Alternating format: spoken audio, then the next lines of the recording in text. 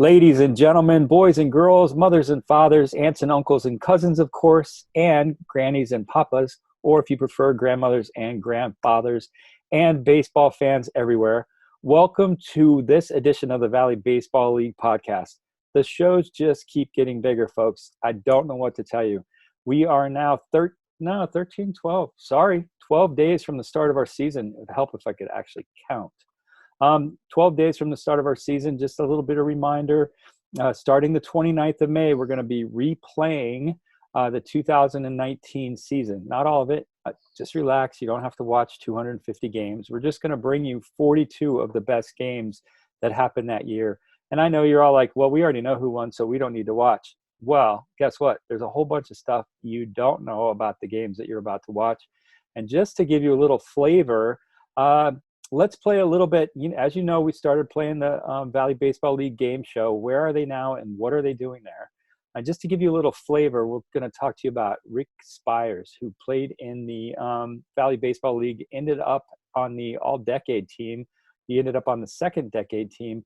But he has an amazing story. And as part of our 2020 season, we put together a team. And I want to introduce you to one of the Valley Baseball League teammates, Erin Summers. Erin joins the Valley League. She's worked in the Coastal Carolina League. She's got a history of sports.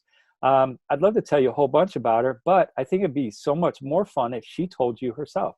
Hey, Erin, say hi to the Valley League and let everybody know what you're up to and kind of how you got into this whole thing in the first place.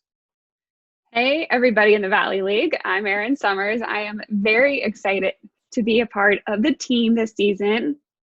I know there is no baseball, but if we can't watch baseball, let's just talk about it. That's kind of like one of my favorite things to do, talk sports.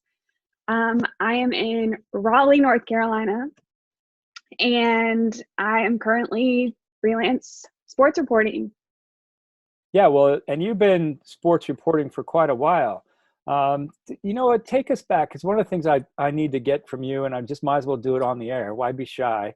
At some point, we got to get the Erin Summers bio so we can post it on our Valley League website. Take everybody back. Give them a flavor of your TV career, kind of where you started, how you got into it, and then how you got into the summer baseball leagues from there.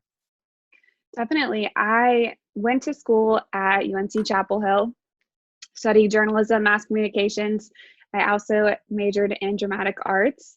Kind of a random little factoid there. I did a lot of plays and acting growing up. I really loved that. So kind of plays into the performance aspect of being on air. But I've always been a huge sports fan. Unfortunately, I'm just not very athletic. I literally cannot get off the ground and I'm really slow. So I swam and I played softball because you don't have to run too far in softball.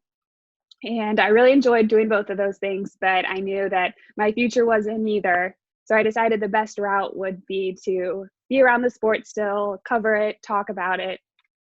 That's why I majored in journalism, got some experience at UNC covering some of the Carolina teams there. And when I was in college, I reached out to the Coastal Plain League, did an internship with them.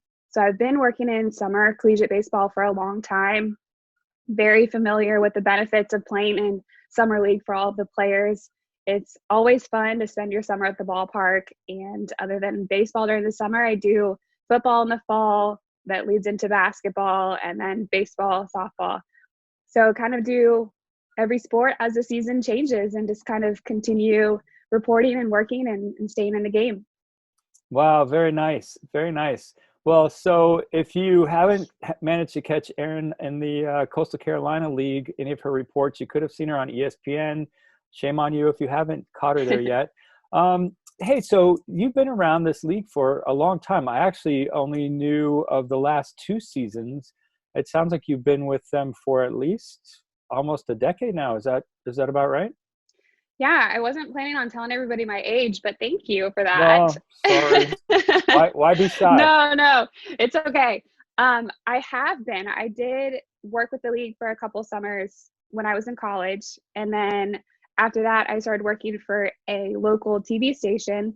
So during that time, I wasn't able to continue working in the summer. So for 6 years, I worked for a local TV station in Raleigh, North Carolina, covering sports.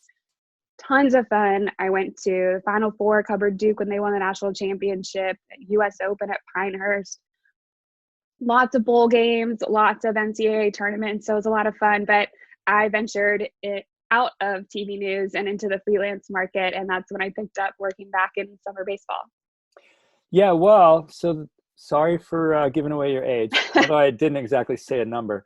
But why I bring it up is because I wanted to set the context for this next question. You have a lot of experience in the Valley League, not the Valley League, sorry, Valley League stuck on my mind, in the Wood Bat Summer Leagues. And I guess kind of what I was curious about is I wanted to set the context so people know when you answer that this isn't somebody who just kind of wandered in today and kind of, kicking the dust off home plate. You've been around, and I'm curious, what have you learned over your years of covering the summer leagues? What kind of takeaways have you personally discovered? It's been pretty incredible for me. I thought that the transition between a metal bat and a wood bat would be a lot more difficult for players. But they kind of say that the mechanics are the same.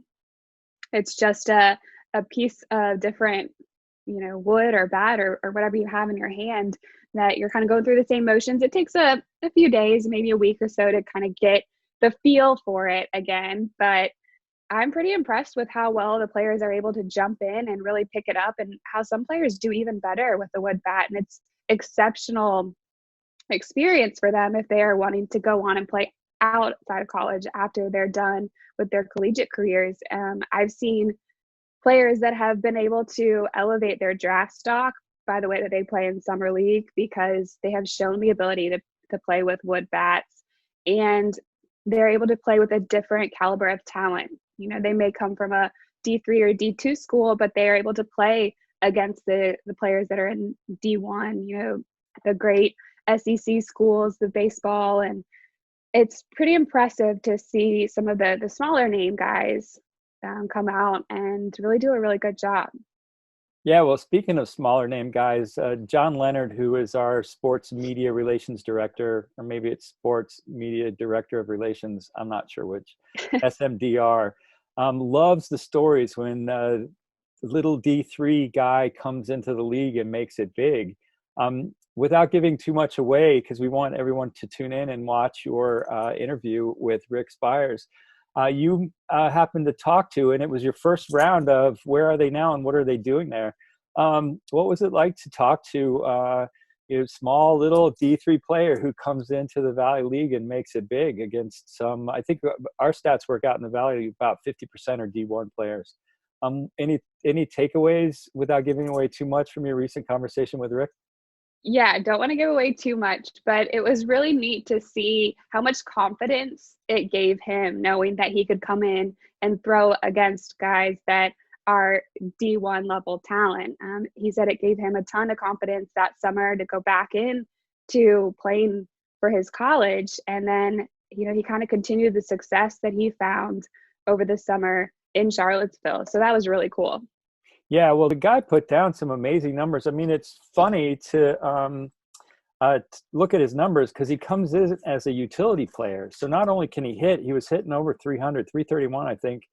But he also pitched 23 innings, had an ERA of 0.78, and went 4-0.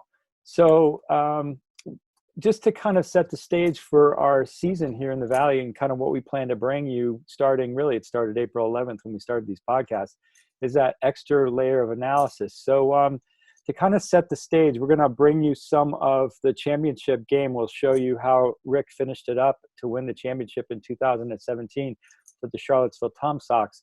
But to set the stage for you, we're going to play tomorrow night. We'll be playing the championship game in the Northern Division, where Strasburg Express beat the Winchester Royals to go on to play in the championship round against the Tom Sox. So what we want to do is we're going to kind of give you a flavor for the team that Rick faced and that Charlottesville faced when they won that championship. So I pulled that game, and I'm in the process of preparing it for that podcast. And Erin, you've probably seen some crazy stuff in the summer leagues. I won't give the ending away, but at the very ending just kind of blew my mind. I had to go back and look. Do I have the right game? Did I get the score right? What in the world happened? Um, have you seen some unusual finishes in any of the leagues or any of your time covering the Coastal Carolina League? Absolutely. I think it's always insane when somebody steals home, and especially when it happens with a championship on the line. But crazy things happen. There are errors, and people kind of get a good jump off third, and then the game's over, and that's how you win a championship. I think that's one of the craziest things that I've ever seen, just because it was in a walk-off type fashion as well. Like, that was the play that won the game for them, was a stolen base, and it was home plate. A walk-off stolen home base. Yeah, this last season we had walk-off box. We had walk-off, grand slam, singles, doubles, triples, all that stuff. I hadn't heard of a walk-off home plate. I've only seen one in my time with the Valley Baseball League. Nick Good did it against the Front Royal Cardinals when he was playing with the Winchester Royals. Anyway, I'll just tell you that when you tune in tomorrow night to watch the Strasburg Express win the National Division and move on to play in the championship series with Rick, the ending is exciting. So I hope you'll stay there. Erin, anything else people should know about you as they watch you cover the Valley League this season? No, but if you have any good book recommendations or any cool shows I should be watching during this time when we don't have a lot of sports to watch outside of our Valley League games that are going to be starting here in 13 days, let me know, because I'm always looking for something to fill some time here. Oh, very nice. All right. Fiction or nonfiction? I kind of tend to mix it up, but usually I like fiction. All right. Well, just want to give a shout out. You started this, so just want to let you know, as a newbie to the Valley Baseball League, one of our great sponsors is Grace Burrows. Grace is a friend of the Valley League, has been for the longest time. She's a romance novelist. She writes historic romance novels. And last year we were saying, if you can't find love at the baseball diamond, look no further than best-selling author. She's a New York Times best-selling author, Grace Burrows. This year we're saying, if you're finding love on the baseball diamond, we want to hear about it. But anyway, Grace Burrows, she's written like 70 books. I'm really proud to say I was one of her first readers before she'd actually launched her publishing career. So I can't resist on that opening to give a shout out to Grace. Listen, I want to just give you a warm welcome, Erin. It's an absolute pleasure to have you here. Anybody listening to this, plan on tuning in the next 2 nights. You get a chance to see what the Strasburg Express was made of in 2017. And then you'll get a chance to be part of our second edition. That's right, second edition of Where Are They Now and What Are They Doing There? As Erin tracked down, it was a manhunt, and she managed to find him, Rick Spires, and you'll find out where he is and what he's doing, and learn about the little D3 player who came to the Valley League and made it big. Erin, before we say goodbye for today, anything else you want to add? I'm all set. It's nice outside, so I'm going to go take a walk, and I will be back with you guys very soon with a ton more baseball players and interviews. All right, there you go. All right, that's going to wrap it up for this edition of the Valley Baseball League. I want to thank Erin for her time and all her efforts in tracking down Rick. She's also on the manhunt for Sam Crawford. She's going to find him and find out, yep, you guessed it, where he is now and what he's doing there. So look forward to that in the not too distant future. That's it. On behalf of the Valley Baseball League and everybody in the league, all the teams and the league itself, want to thank you for watching, want to wish you all perfect health, and want to wish you all a speedy return to the baseball diamond. We'll see you all again tomorrow night, same time, same YouTube channel. Thanks, everybody.